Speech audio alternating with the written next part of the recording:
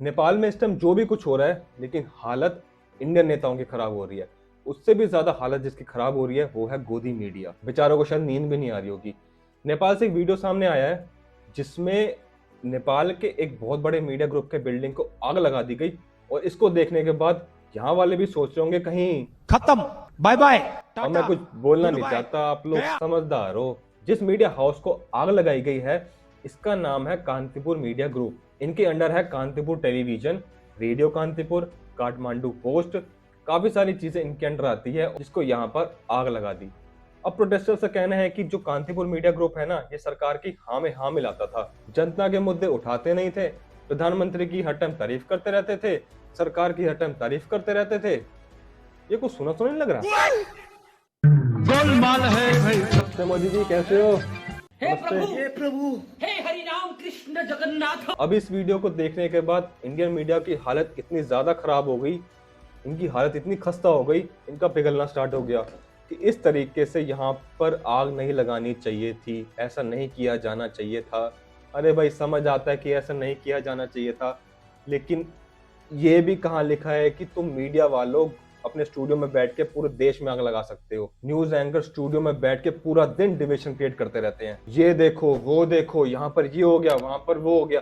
आप क्या कहना चाहते हैं इस बात पे? अरे कुछ नहीं कहना चाहता भाई, सारा दिन बस मोदी मोदी मोदी। मोदी जी सोते नहीं है, मोदी जी पूरे दिन काम करते हैं, मोदी जी छुट्टी नहीं लेते, मोदी थकते नहीं है। हिंदुस्तान पाकिस्तान एक दूसरे के पार्टी के नेताओं को बिठा के डिबेशन करवाना, बस यही करवा सकते हो तुम, यही कर सकते हो तुम। असली मुद्दों पे बात मत करना, तुम कभी वो मत दिखाना। E20 स्कैम हुआ तो उस पर डिबेट करवाओ, वोट चोरी हुई तो उस पर डिबेट करवाओ, सड़कों पे गड्ढे क्यों हैं इतना टैक्स देने के बाद भी इस पे डिबेट करवाओ, बेरोजगारी क्यों है इस पे डिबेट करवाओ, करप्शन क्यों है इस पे डिबेट करवाओ, पेपर लीक कैसे हुआ इस पे डिबेट करवाओ। ये थोड़ी ना करवाओगे तुम, इसके लिए थोड़ा सैलरी मिलती है तुम्हें। इसके अलावा नेपाल की एक और वीडियो देखने को मिली जिसमें गोदी मीडिया के कुछ आंडू पांडू नेपाल गए थे रिपोर्टिंग करने। भाई मेरे से नहीं हो पाएगा, अबे तुमसे इंडिया में तो रिपोर्टिंग ढंग से होती नहीं है, तुम नेपाल चलेगा रिपोर्टिंग करने? व्हाट इज दिस यार, नेपाल तो निकलिए तुम रिपोर्टिंग करने, लेकिन माँ तुम्हारा भूत बना दिया। और देखिए बिल्कुल यहाँ पे बहुत सारे, ये भी कुछ कहना चाह रहे हैं जी।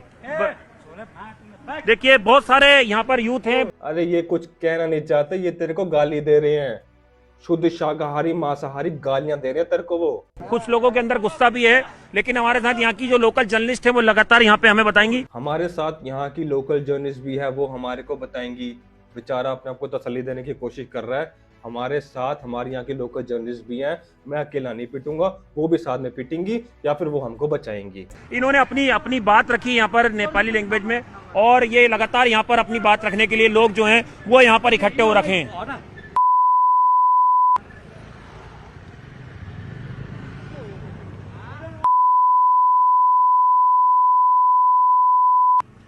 प्लीज, यूर सपोर्ट में, हम आपके सपोर्ट नो में हैं। I don't want support, okay we don't want support, okay हामीलाई एमाले कांग्रेस साझा नेपाली झण्डा चाहियो। Okay we don't want support, we are Nepalese, we can do okay ourselves, okay okay we have lost। बेचारा पीछे पीछे होता गया, कहीं ऐसा ना हो लपेटे में ले ले। जैसे नेपाल का मीडिया ग्रुप बिका होता, वैसे इंडियन मीडिया भी दलाली ही कर रहा है, कुछ ज्यादा डिफरेंस नहीं है, सेम टू सेम। अबे तुम लोगों को नेपाल में भी गालियां पड़ गया, शर्म कर लो यार, इतना सा पानी लेके डूब के मर जाओ, प्लीज मर जाओ। एक और अपडेट आई, पता चला कि भारतीय पत्रकार पे भी हमला किया गया, कैमरा और बाकी सामान भी उनसे छीन लिया गया। अभी थोड़े दिन पहले इंडिया में स्टूडेंट्स प्रोटेस्ट कर रहे थे, पता है तुमको? वहां तो नहीं गए तुमको नेपाल जाके वहां का प्रोटेस्ट कवर करना है, क्योंकि इनको जर्नलिज्म से फर्क नहीं पड़ता, इनको टीआरपी से फर्क पड़ता है, इनको टीआरपी चाहिए। नेपाल के एजेंसी वहां पर आवाज उठा रहे हैं और सवाल कर रहे हैं कि हमारे टैक्स का पैसा कहाँ गया, और नेताओं के बच्चे इतनी लग्जरियस लाइफ स्पेंड कैसे कर रहे हैं, इतनी लग्जरियस लाइफ स्पेंड करने का पैसा कहां से आया उनके पास, कहीं ये हमारे टैक्स का पैसा तो नहीं है? बस सिंपल सी बात पूछ रहे हैं और इनको यहाँ बैठ के डर लगने लग गया। इन्होंने एक शो चलाया और उस पर लिखा हुआ है, भारत के चारों तरफ कौन भड़का रहा है आग, गूंज विद रूबी का लियाकत। अब ये और इनके खुद के बिरादरी के दोस्त ये कह रहे हैं कि चाइना नेपाल को स्पॉन्सर कर रहा है और भड़का रहा है, तो मोदी जी चाइना के प्रेसिडेंट से हाथ क्यों मिला रहे हैं? डिसाइड कर लो, चाइना हमारा दोस्त है या दुश्मन है। अब एक और भाई साहब हैं, अमन चोपड़ा, नेपाल की आग में एक वर्ग को अराजकता की उम्मीद नजर आ रही है। ये लोग सुबह से भारत को नेपाल वाले हाल में बद्दुआ दे रहे हैं। अरे खाली खोपड़ी, एक बात समझ, अगर नेपाल में प्रोटेस्ट हो रहा है करप्शन के अगेंस्ट, और कोई इंडिया में बैठकर ये बोल रहा है कि यार नेपाल में तो हो गया प्रोटेस्ट करप्शन के अगेंस्ट, हमारे इंडिया में कब होगा प्रोटेस्ट करप्शन के अगेंस्ट? हमारे यहाँ के प्रधानमंत्री ने पिछले 11 साल में एक प्रेस कॉन्फ्रेंस तक नहीं करी। क्यों? क्योंकि इनके पास जवाब ही नहीं है। एक ही सड़क को तोड़ के बार बार बनाया जाता है, क्यों? सड़क बनने के बाद एक ही बारिश में टूट जाती है, क्यों? एमएलए खरीद के सरकार बना दी जाती है, कैसे? वोट चोरी हो जाते हैं, कैसे? पेपर लीक हो जाते हैं, कैसे? E20 इथेनॉल मिलाया जा रहा है, क्यों? टोल का टेन्योर खत्म होने के बाद भी टोल कंटिन्यू रहता है, क्यों? बस यही सवाल हम लोग पूछ रहे हैं, इतनी सी बात पूछ रहे हैं सरकार से। इन सब के ऊपर लोग कब बोलना स्टार्ट करेंगे? इन सब के ऊपर प्रोटेस्ट कब होगा? यही सिंपल सी बात यहाँ के लोग सरकार से पूछ रहे हैं। कोई अराजकता फैलाने की बात नहीं हो रही, सिंपल सी आवाज और प्रोटेस्ट करने की बात कर रहे हैं। तुम मीडिया वालों ना हर चीज को बड़ा चढ़ा के मत बताया करो। और सच बताऊं तो सरकार ने हमें बस नालियां और गंदगी में ही उलझा रखा है। जहां जाओ वहां गंदगी, जहां जाओ वहां सीवरेज बह रहा है। हम इससे ही आगे नहीं बढ़ पा रहे, वहां तक जाना तो दूर की बात है, वहां तो हम सोच ही नहीं पाते ढंग से। और ये प्रोटेस्ट करना कब से गलत हो गया? और अमीश भाई पीछे कैसे रह सकते हैं? नेपाल बवाल पर विपक्ष के बयान कैसे कैसे आर पार विद अमीश देवगन। तुम्हें दो ना भाई, किसी दिन देश की जनता नंगा नाच करवाएगी।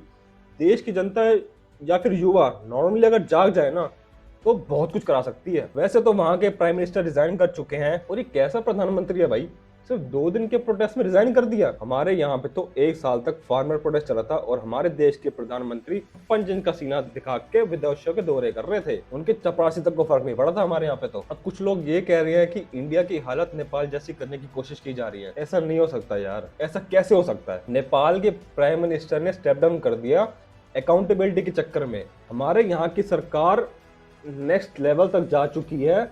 इनके पास से डिस्ट्रैक्शन का एक पूरा सिस्टम बना हुआ है, दैट इज गोदी मीडिया। कुछ भी सामने आता है, लोगों में थोड़ा सा भी गुस्सा नजर आता है, डिस्ट्रैक्ट कर देते हैं, तभी एकदम से डाइवर्ट कर देते हैं।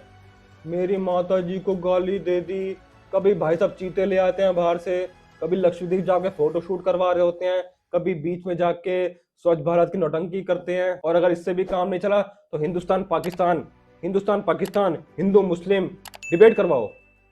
इससे तो काम चल ही जाता है। हमारे देश की जनता तो पता ही है आपको।